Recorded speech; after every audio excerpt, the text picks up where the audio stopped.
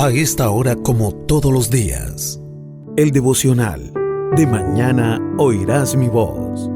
Una reflexión sobre la palabra de Dios, en conexión con Poderosa Celestial Radio. Disponga su mente y su corazón para escuchar la palabra del Señor.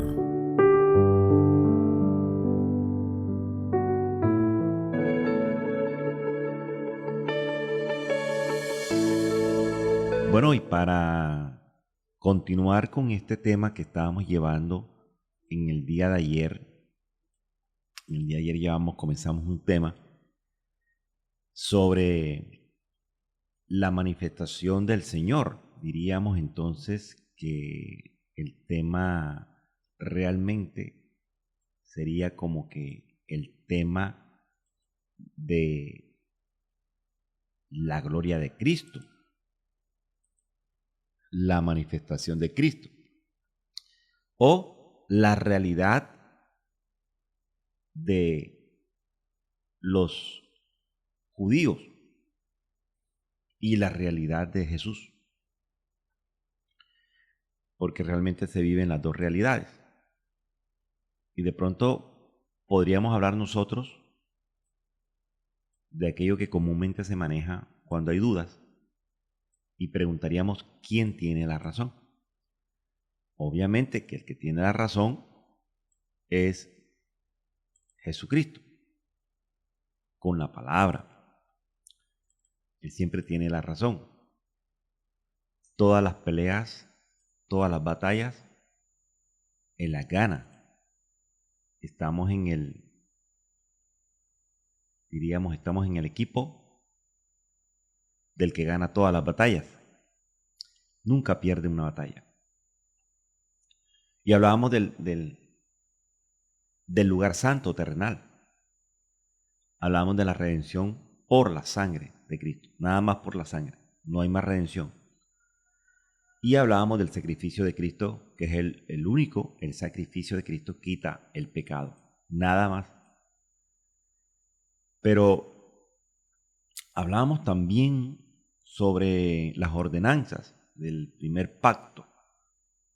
Decíamos que había un tabernáculo y es importante conocer todas las cosas del tabernáculo, importantísimo.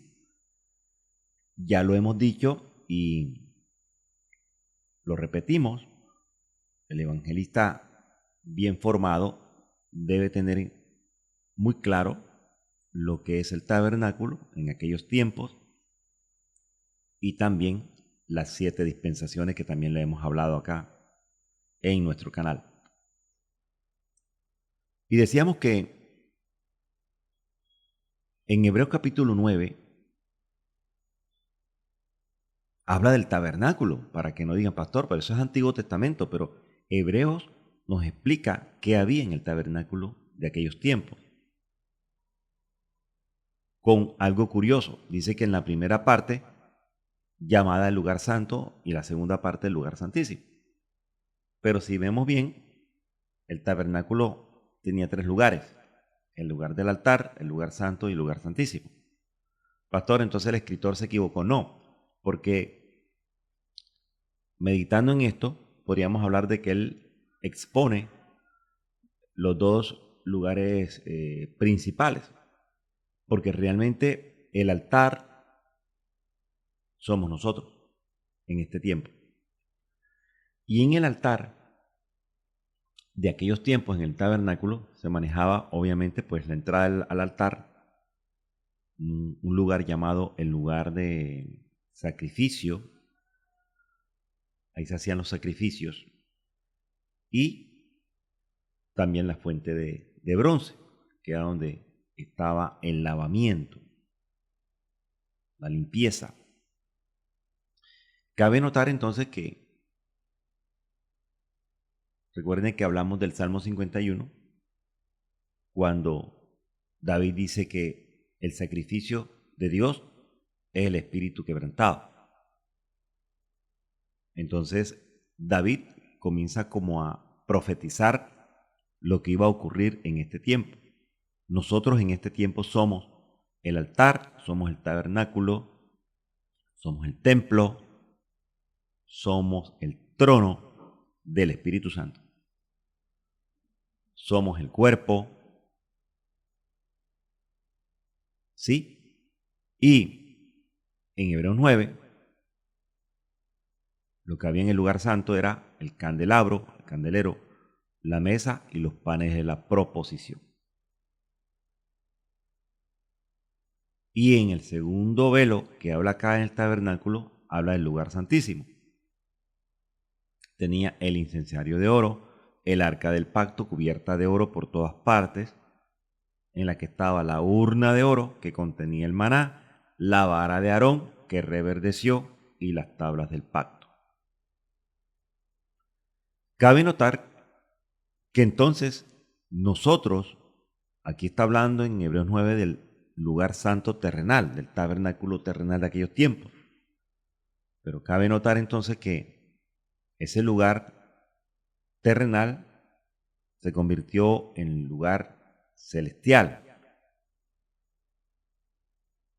Y el Espíritu Santo dice a través de las Escrituras que nosotros en este tiempo somos ese lugar, somos el templo con todo ese lugar. Por eso explicábamos en un ayuno, los hermanos, que están las tres clases de oración. La oración de altar, la oración del lugar santo y la oración del lugar santísimo. Y todas estas cosas tenemos que conocerlas para saber realmente cómo estamos trabajando nosotros para un mejor futuro con el Señor. Entonces decía que en la primera parte, o sea, en el lugar santo, entraban los sacerdotes continuamente para cumplir los oficios del culto a diario. Pero en la segunda parte, que es el lugar santísimo, entraba el sumo sacerdote una vez al año, no sin sangre. Entonces ofrecía eso por él y por los pecados de ignorancia, dice la palabra, del pueblo. Ahora, Hebreos 9:8 dice, dando el Espíritu Santo a entender, me gusta cuando habla así de esta manera, la palabra, porque el que está dando las instrucciones en este tiempo es el Espíritu Santo, a través de las Escrituras, dando el Espíritu Santo a entender con esto que aún no se había manifestado el camino al lugar santísimo. Fíjese que aquí lo está explicando. Aquí lo está explicando. No se había dado en aquellos tiempos el camino al lugar santísimo. Entre tanto que la primera parte del tabernáculo estuviese en pie. En aquellos tiempos. Ahora en este tiempo ya se manifestó el camino al lugar santísimo. Dice que había el obstáculo, la pared intermedia que había entre la humanidad y Dios, esa fue quitada. Vamos a mirar esa palabra. Creo que está en Efesios capítulo 2, 14. Usted la puede buscar en su Biblia electrónica, en su Biblia tradicional. Búsquela, hermano mío, o tome nota de la cita bíblica. Porque en esta cita bíblica de Efesios capítulo 2 nos habla de la reconciliación por medio de la cruz. Entonces, Efesios 2 realmente nos está hablando a nosotros que anteriormente éramos gentiles, éramos del mundo, mundanos, en cuanto a la carne. Entonces somos llamados de esa incircuncisión para hacernos una circuncisión. En aquellos tiempos lo hacían con un cuchillo de piedra a los que el Señor elegía para hacer el pacto. El Dios vivo del cielo es el que hacía el pacto, no el hombre. Porque nosotros no somos capaces de soportar un pacto entre hombres y lo rompemos, ahora el de Dios pues mucho menos. Ahora, Efesios capítulo dice que en aquellos tiempos estábamos alejados, estábamos sin Cristo. En el mundo estábamos sin Cristo, aunque mencionáramos a Cristo, aunque mencionáramos la sangre de Cristo. Porque hay mucha gente, diríamos, cínica, que está envuelta en pecado, se está emborrachando, se está emarihuanando, se está drogando y está haciendo todas las cosas que la carne le dice que haga, ¿sí? Para condenarla, declaran con la voz, con las palabras, con la boca, con la lengua a Cristo, pero realmente están sin Cristo. Por eso es que el mismo Señor dice en Isaías, este pueblo de labios, nada más de labios, me honra, no de corazón. Entonces realmente la honra a Dios, la honra al Señor, la honra al Espíritu Santo para la iglesia de Cristo que somos nosotros, no debe ser de labios. No podemos estar nosotros vociferando, gloria a Dios, gracias Cristo, maravilloso, hermoso, divino, precioso, poderoso, y nuestro corazón está en vía contraria. Y la palabra dice que él prende al sabio en su astucia. Entonces no podemos pretender hacer lo que hacen los gentiles o los mundanos en este tiempo. Nombran a Cristo, hablan bien de Cristo, pero el corazón está en contravía. Y es que lo dice la palabra en Isaías. Este pueblo de labios, nada más. Entonces nosotros, pastor, entonces nosotros no podemos adorar a Dios de boca de labios. Sí, pero que tiene que tener una equidad. Tiene que estar paralelo con lo que está en el corazón. O sea, honrar a Dios con el corazón. Honrar a Dios con el corazón. Porque la misma palabra en los evangelios dice que lo que sale de tu boca, prácticamente es lo que está ministrando, lo que sale de la boca de la humanidad, es lo que ministra o lo que está ministrando por dentro, lo que sale de la boca. Y inclusive dice que lo que sale de la boca es lo que contamina. O sea, una persona se ve que está contaminada por lo que sale de la boca. Y una persona entonces se ve que está bendecida por lo que sale de la boca, por lo que habla la boca. Porque conforme lo que habla la boca, así está el corazón de la persona. Aunque él dice, él prende al sabio en su astucia. Por eso él dice, este pueblo de labios, porque hay una honra falsa, hay una fe falsa, hay una fe ficticia. Hay un seguimiento falso, ficticio, solamente de boca. Pero realmente el Señor no necesita lo que digamos en la boca. El Señor necesita lo que está dentro del corazón. Nada más conocer lo que está dentro del corazón. Y muchas veces hemos escuchado amigos, parientes, vecinos, decir esto por ignorancia. A veces dicen, con rabia dicen, entonces que me juzgue Dios. Mi hermano, no podemos nosotros decir que me juzgue Dios porque usted no conoce todavía la justicia de Dios. Y según lo que dice la Escritura, la justicia de Dios es terrible.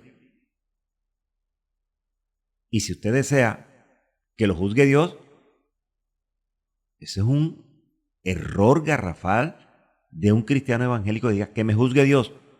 Oiga, no desee que lo juzgue Dios. Yo no deseo que me juzgue Dios. Porque la palabra me dice que Dios, en Apocalipsis capítulo 20, 12, dice que Dios va a juzgar a los vivos y a los muertos. O sea que cuando Dios realmente haga el juicio del gran trono blanco, va a juzgar a los que se quedaron del arrebatamiento.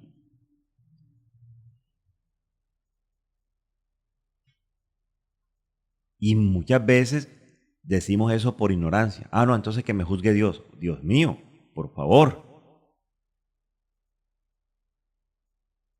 Porque la iglesia de Cristo, si usted no sabía, la va a juzgar es Cristo mismo. Por eso es que hay que explicar estas cosas. Dios va a juzgar a vivos y muertos. Cristo va a juzgar a los vivos, nada más. Está escrito. A la iglesia, nada más, al cuerpo, a la novia, a la esposa. Eso está en Corintios.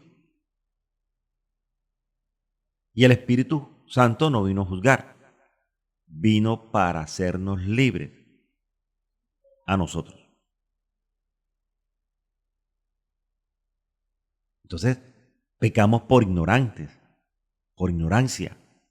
Yo deseo que a mí me juzgue Cristo. Y el juicio de Cristo no es para condenación, según lo que dice 2 Corintios capítulo 5. Tenemos que saber entender estas cosas y tenemos que saber cómo vamos a hablar.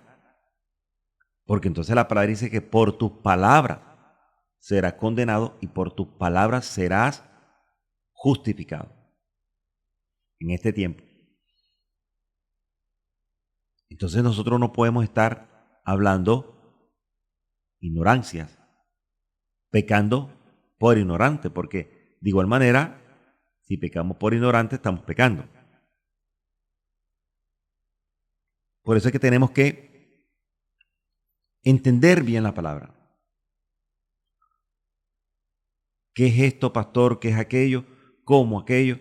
Y aquí tenemos una línea 24/7 libre para que usted pregunte cualquier cosa. El hecho de que usted nos pregunte a nosotros no quiere decir que usted se va a salir ni de la iglesia, ni que está pecando en contra del ministerio suyo, ni nada, porque hay dudas,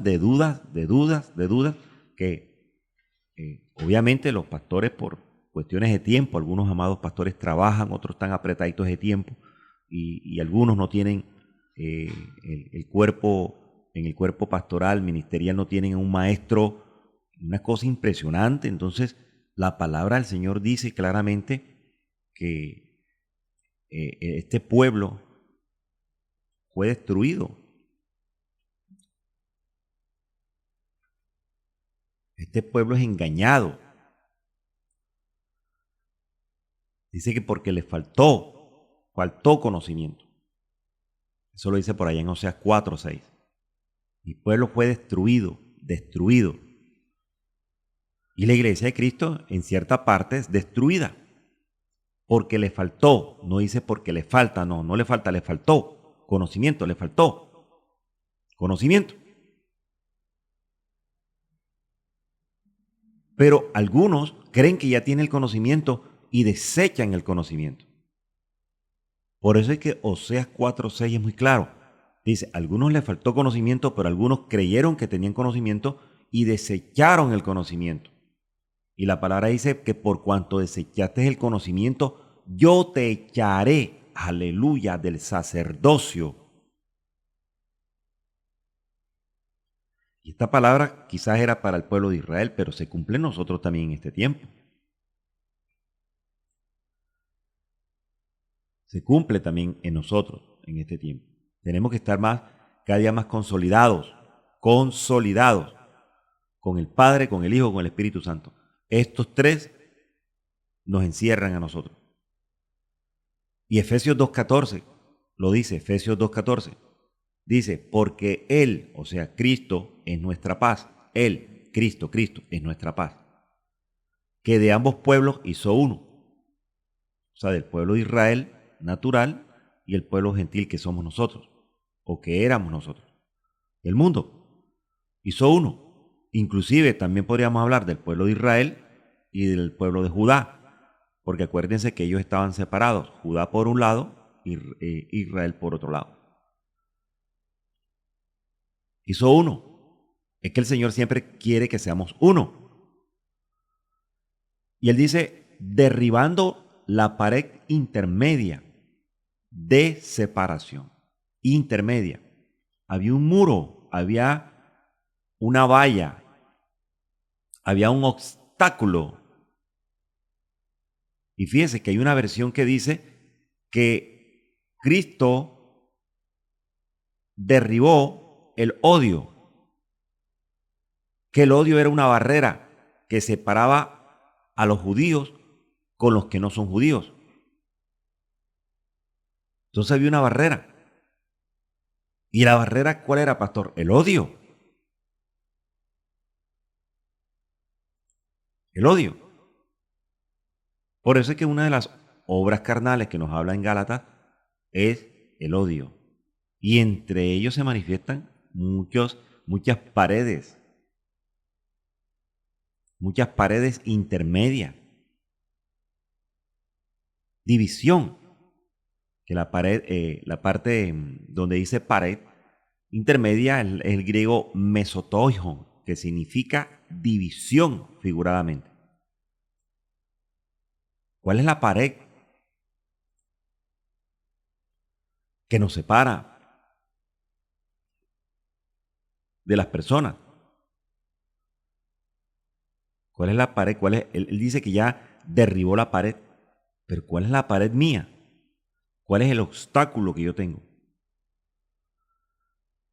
Por eso es que dice que él en la cruz abolió en su carne, la carne de Cristo, abolió la enemistad. Él dijo, yo me voy a poner, pongo mi cuerpo, pongo mi carne, para que ya no estén peleando como perros y gatos.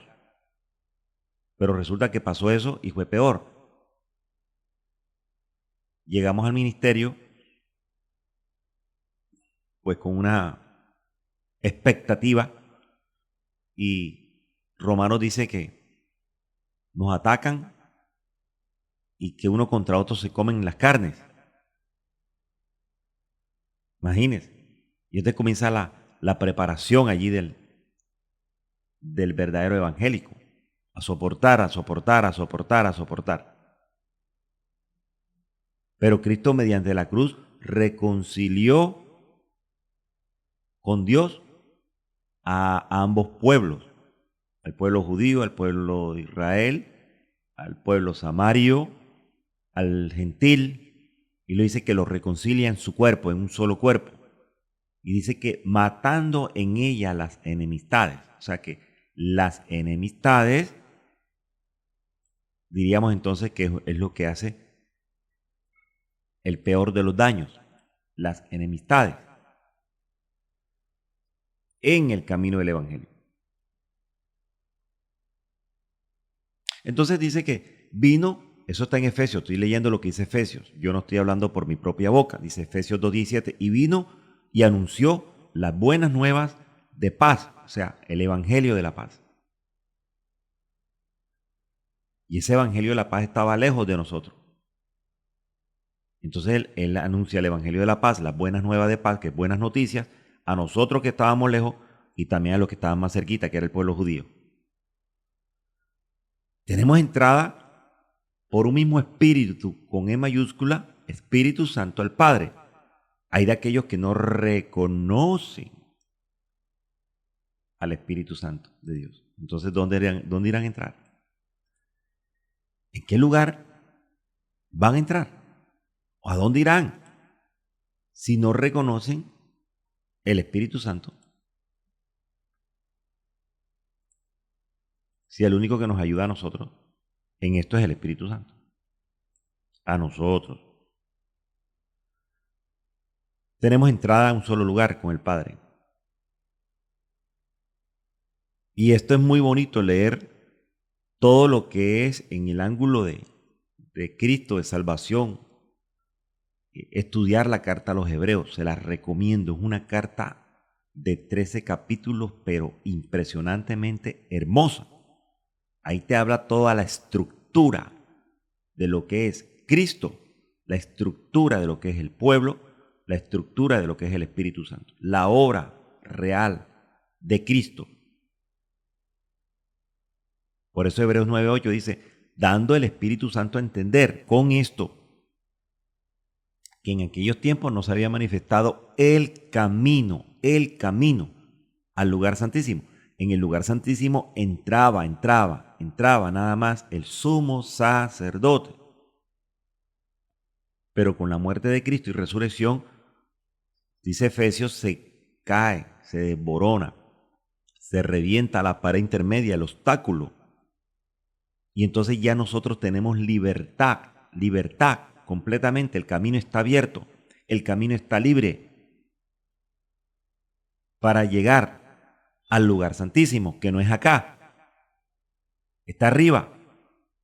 Ahora estamos haciendo oficios en lugar santo y tomamos algo del lugar santísimo. ¿Cómo así, pastor? Explícame. Ahora nosotros somos el altar, somos el cuerpo, somos el templo. Y tomamos algo de cada cosa. Entonces, como altar, hacemos sacrificio. Fíjese que lo dice David, ya el sacrificio no es ritual, ya no es quemar animales, ya no es matar animales, ya no es succionarle la sangre para no, ya es un sacrificio que dice en el Salmo 51 David. Es el espíritu quebrantado y humilde. Ese es el sacrificio de nosotros en este tiempo, en el altar.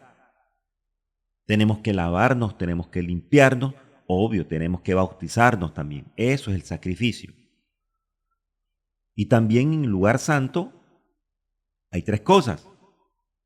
Están los panes, 12 panes. Y eso tiene una profundidad tremenda, pero ¿qué representa el pan, pastor? Representa la palabra del Señor. Entonces en el lugar santo si usted tiene que comer pan todos los días palabra, todos los días palabra, todos los días palabra, pan, pan, pan. Y está el candelero en el lugar santo también que representa el Espíritu Santo con los 7 espíritus. 7 espíritus, si no sabía usted. 7 cosas importantes del candelero. Y en el mismo lugar santo, a la entrada del lugar santísimo, estaba la mesa de oración, la mesa de intercesión, la mesa del incienso. Entonces en el lugar santo están esas 3 cosas. Está el pan, que es la palabra, el candelero, que es el representando al Espíritu Santo de Dios, y la intercesión, la oración de los santos, su oración. Entonces cuando usted ora con el aval del Espíritu Santo, y ora, debemos orar con la palabra. La palabra es la que nos hace hablar, porque la gente dice, es que orar es hablar con Dios, sí, pero no palabras vanas ni vacías. Lo dice Mateo capítulo 6. No es palabras vanas ni vacías. Usted va a hablar con Dios, es palabra. Señor, tu palabra dice que no hay justo desamparado ni su descendencia que mendigue pan, Señor. Señor, tu palabra dice, Dios mío.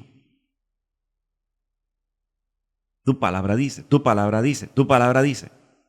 Y yo me agarro de la palabra. Y yo me agarro de las promesas. Las promesas que tú me has dicho, Señor. Y todo es palabra. Pero llevamos una mala oración. Hacemos una mala oración.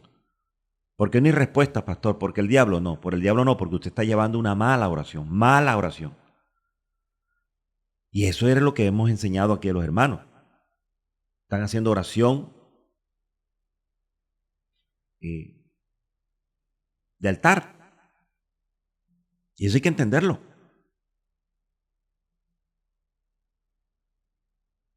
Una oración mala, mal hecha, mal estructurada.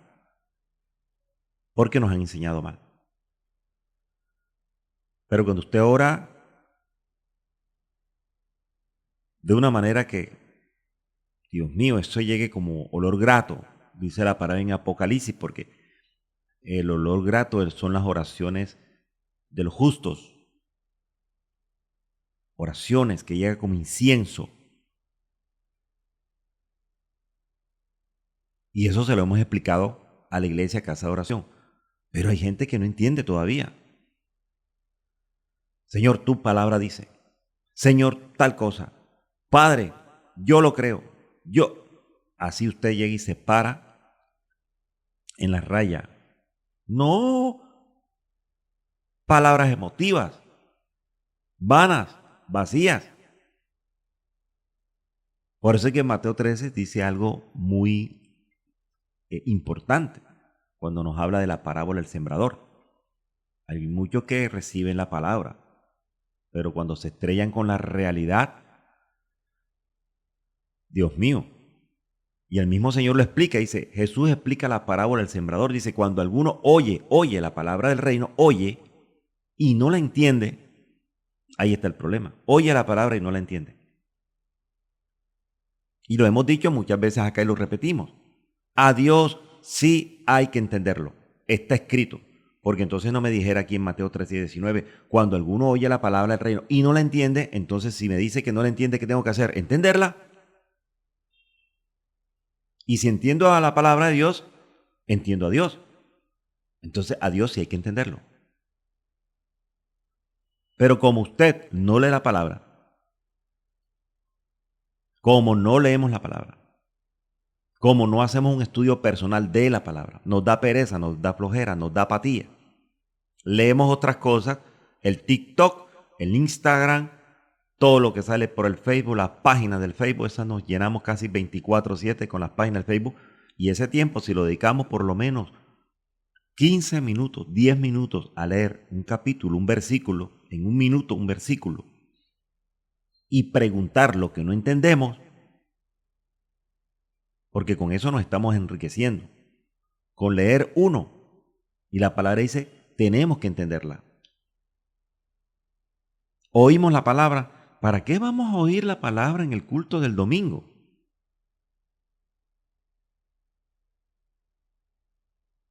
Porque el problema no es oír la palabra, el problema es entenderla. Eso lo dice la palabra, Mateo 13 y 19 lo dice, si quiere búsquelo. Y el problema no es que la oigas, porque todo el mundo oye la palabra. Pero si no la entendemos, no hay fe. Y si no hay fe, es imposible agradar a Dios. Creo que hay una cita que habla de esto, del oír la palabra. Pero si no la entendemos, es lo que dice Mateo 13 y 19, si no la entendemos, viene el malo, viene el malo. Alguien con maldad y te arrebata lo que fue sembrado en tu corazón. Porque fíjate que está hablando del corazón. Ya no está hablando de la boca, está hablando del corazón. Lo que te fue sembrado en el culto, en el ayuno, en la vigilia, lo que tú oíste que fue sembrado en el corazón tuyo, y si no lo entiendes, viene alguien con maldad y te arranca. Y te dice palabra contraria y dice, tú estás creyendo en esas bobadas. ¿Tú crees que eso es verdad? Viene un mensajero de Satanás y te abofetea. Si tú no lo entiendes, viene alguien con maldad y, como dicen por ahí, te desanima. Estás presto para abrir un emprendimiento y tú crees la palabra con fe, pero si no la entiendes, mi hermano, viene alguien y te desanima enseguida. No lo hagas. Y dice la palabra que este es el que fue sembrado junto al camino. ¿Cuál es este, pastor? ¿A quién se refiere cuando dice que ¿Quién fue sembrado junto al camino? No es la palabra. Aquí no se refiere a la palabra que fue sembrada junto al camino. Aquí se refiere a la persona que fue sembrada junto al camino. A la persona como tal.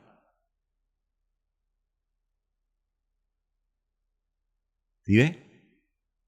No está hablando la palabra. Muchos dicen, algunos dicen, esta fue la que fue sembrada junto al camino. No está hablando de la palabra, está hablando de la persona como tal. Aleluya. Que tú fuiste sembrado. ¿Dónde fuiste sembrado? ¿En qué lugar estás sembrado? El Señor dice en su palabra, en el Evangelio de Juan, dice, yo soy el camino. Y usted tiene que estar sembrado dentro del camino, no junto, dentro del camino, en el centro del camino. Y dice, y el que fue sembrado, aleluya, y que fue sembrado, la persona que llegó a un lugar y eso es piedra por todo lado. Bendito Jehová. Le tiran piedra por todo lado. Si la persona tiene una susceptibilidad, viene de un problema tremendo, y la persona viene y oye la palabra, dice Mateo 13:20, y al momento la recibe con gozo, dice. Pero como no tiene raíz, sino que ministra otras raíces. Si la persona llega a un lugar, miren, no nos digamos mentira, en este tiempo todavía hay hermanos que tienen 10 años en el Evangelio y tienen raíces, pero no raíz de la palabra, sino raíces de amargura, raíces de odio, raíces de resentimiento, raíces de cualquier índole que la carne aprovecha. Hay gente que recibe con gozo la palabra. Usted lo va a escuchar ahí en una escuela dominical. Amén, aleluya, recibo. Pero como no tiene raíz, esa palabra no está enraizada en el corazón. En el corazón. Es pura boca. Y de boquilla, los músicos. Pura boca. Pero no está enraizada. Entonces en el corazón hay otras cosas que están enraizadas. El que dirán, si yo hago esto, me van a criticar. La duda, la desconfianza en sí mismo. Hay gente que desconfía en sí mismo. Y ese es un completo error. Y esta palabra, por eso dice, es de corta duración. Y lo dice claramente en Mateo 13:21. Pues al venir la aflicción, número 1, vienen dos cosas fuertes. Aflicción y persecución. Aflicción y persecución. Nada más con que venga la aflicción a tu vida en el momento que tú estés fuera de la atmósfera esa que viviste en la escuela, vas a tropezar. Estás mirando en los lugares donde has sido tú puesto. Pero no importa donde tú has sido puesto, lo importante es que tú enraíces la palabra de Dios en tu corazón y puede venir lo que sea. Por eso es que el Señor nos habla de la parábola también de la piedra y la arena. Eso está completamente claro. Por eso es que también dice, el que fue sembrado en buena tierra, no la que fue sembrada en buena tierra, no está hablando de la palabra, está hablando de la persona como tal. Prepárate. Yo no sé en qué lugar has sido tú colocado, puesto en qué. Lo importante es que la palabra se enraíce en tu corazón. Por eso hay gente que huye y dice, no, me voy de acá para otro lado. Pero el que está sembrado en buena tierra, este es el que oye y entiende. Nuevamente dice, y entiende. O sea que sí hay que entender la palabra. O sea que sí hay que entender a Dios.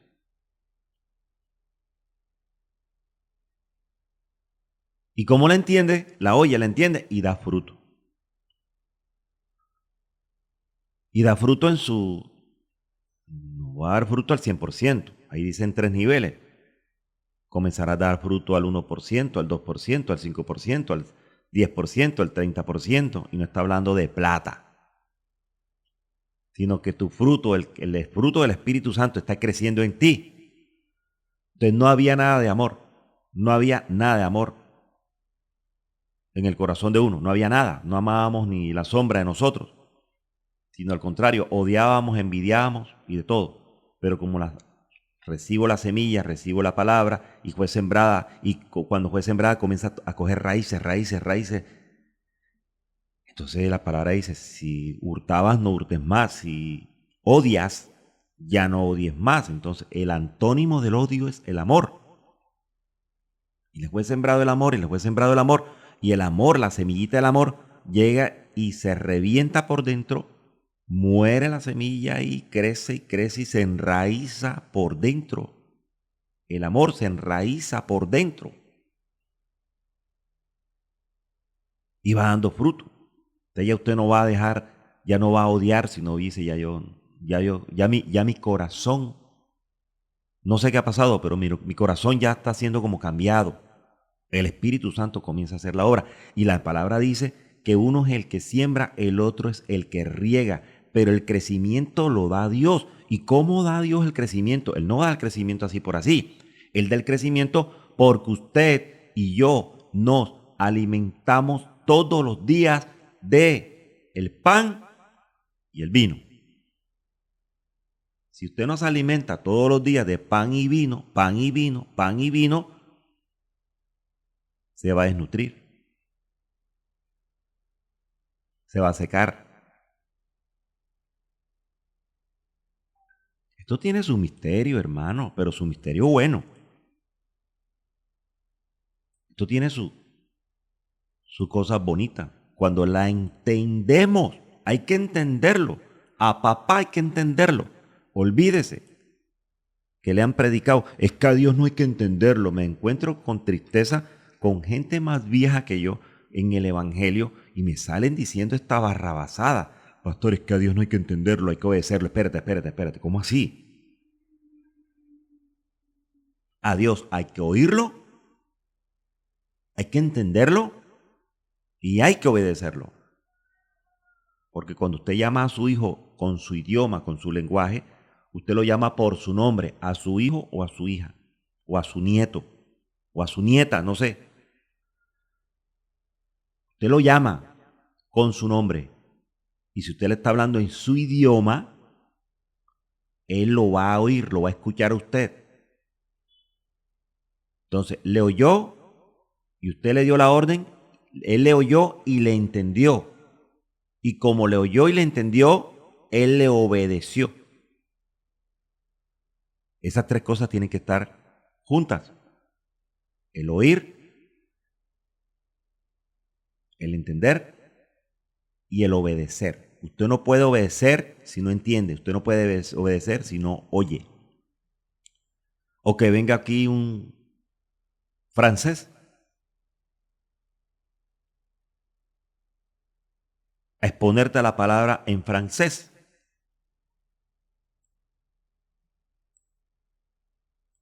A hablarte en francés. O un alemán a exponerte la palabra en alemán. Usted la oye, la escucha y la oye. Al francés.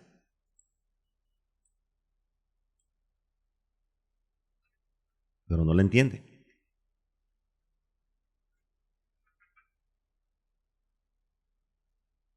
Porque no es su lenguaje, no es su idioma. Y el francés le va a decir, en francés le dice, Dieu t'aime. Usted no va a entender. Pero si viene el intérprete, le va a decir, mira, ahí te está diciendo que Dios te ama.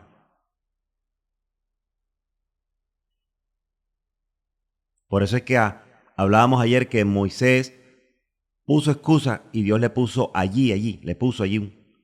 No te preocupes, que el que va a hablar por ti es Aarón. Aarón. Por eso es que dice la palabra en los evangelios, cuando usted lo coloquen en las sinagogas, no te preocupes, usted no va a hablar por su propia cuenta. El Espíritu Santo que está en usted es el que va a hablar por usted. Aleluya. ¿Ah? Entonces, hay que oír, hay que entender y hay que obedecer. Desármele la mentira al diablo. Pastor, pero es que yo oigo y no entiendo. Bueno, busque a alguien que le explique y le entienda, para que usted entienda. Pastor, eso está escrito. Claro que está escrito. Ayer creo que se lo dije en el libro de los Hechos. Había un hombre riquísimo, era el tesorero, funcionario de Candace, que era una reina de los etíopes. Y el tipo iba a Jerusalén, escúcheme, iba a Jerusalén a adorar. Yo no sé, ahí no dice a quién iba a adorar, pero yo me imagino, para mí creo que iba a adorar a Dios. Pero también me entra duda porque como dice que era funcionario del Candace, reina de los etíopes, me imagino que iba a Jerusalén a adorar a otros dioses, a los dioses de ellos. Hay dos connotaciones. Pero el tipo, algo muy cierto que iba era leyendo el libro de Isaías. Y el tipo no entendía. Y el tipo leía, pero no entendía. Y Felipe fue arrebatado por el Espíritu Santo y se lo puso en el camino. Y en Hechos 8:30, Felipe le pregunta a este hombre que iba a Jerusalén para adorar. Yo me imagino, quiero asumir que iba a adorar a Dios porque estaba leyendo el libro de Isaías. Quiero asumir eso. Pero me gusta porque en Hechos 8:30, si quiero consúltelo, para que vea que no es mentira, Felipe le pregunta a este muchacho, le dice, ¿entiendes lo que lees? Y este muchacho le responde, ¿cómo podré? O sea, ¿cómo podré entender? Si alguno no me enseñare. ¿No me enseñare qué? La palabra no, porque la estaba leyendo. No me enseñare a entender. Aleluya. De pronto él lo estaba leyendo literalmente. Estaba leyendo la palabra, qué bonito. Era de pronto una persona muy estructurada, muy versada en la lectura. Pero ¿por qué no me ayudas a entender? Siéntate al lado mío, Felipe, ayúdame a entender, no a leer. Yo sé leer, yo comprendo, pero ayúdame a entender esto. Y usted tiene que hacer lo mismo con sus pastores, con sus pastoras. Usted, hermano. ¿No entiende? Si usted no entiende, el diablo le va a arrebatar la bendición. Y usted va a vivir llevado siempre. Sí hay que entenderla. Y a mí que no me salga por ahí un hermanito, no es que a Dios no hay que entenderlo, pastor, hay que obedecerlo. Ajá, ¿y por qué no lo oye primero? Si la misma palabra nos aclara a nosotros. Mire lo que dice la palabra en Juan 8:44, 43, hermano. Juan 8:43 lo dice claramente, lo dice allí. Juan 8:43 lo dice. Pregunta, Jesús, pregunta, de su boca pregunta, ¿por qué no entendéis mi lenguaje? Y él mismo responde, porque no podéis escuchar mi palabra.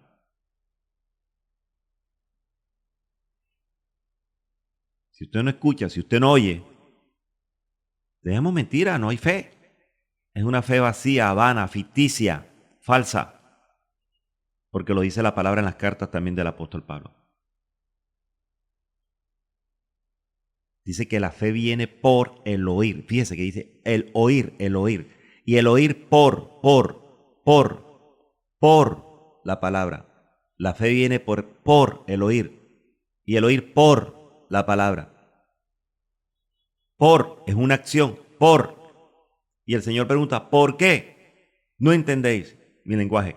Porque no podéis escuchar mi palabra. Es como aquellos también que son emocionales en los altares emocionalistas y la gente, como dice Oseas, se pierde porque no escudriñan las escrituras.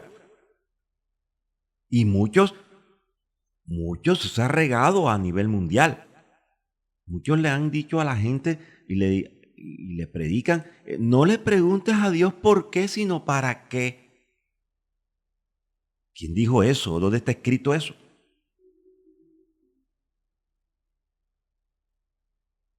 Si en las respuestas del Señor hay por qué y hay para qué. Esta es una, vea. Pregúntale al Señor, Señor, ¿por qué me están ocurriendo estas cosas? Y el Señor, ¿sabe qué le va a decir? Porque no podéis escuchar mi palabra.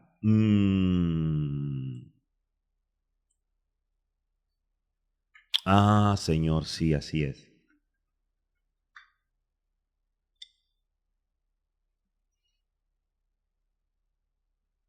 Señor, ¿y para qué, Señor, me están ocurriendo estas cosas?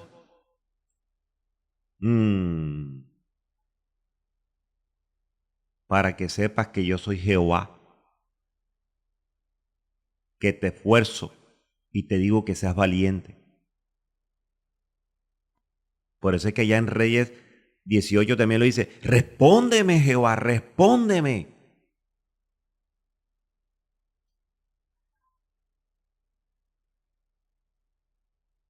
¿Para qué? Para que veas que yo soy Jehová, que te esfuerzo, que te tengo agarrado o agarrada por la diestra, con mi mano derecha. Pero si hay respuestas a los para qué y hay respuestas a los por qué. Déjese de estar recibiendo palabras emocionales. Eso es completamente contrario. Al Señor hay que preguntarle por qué y hay que preguntarle para qué. Aleluya. Y aquí hay mucha tela que cortar. Mañana seguiremos cortando tela. A ver qué sale por ahí. Glorioso el Señor.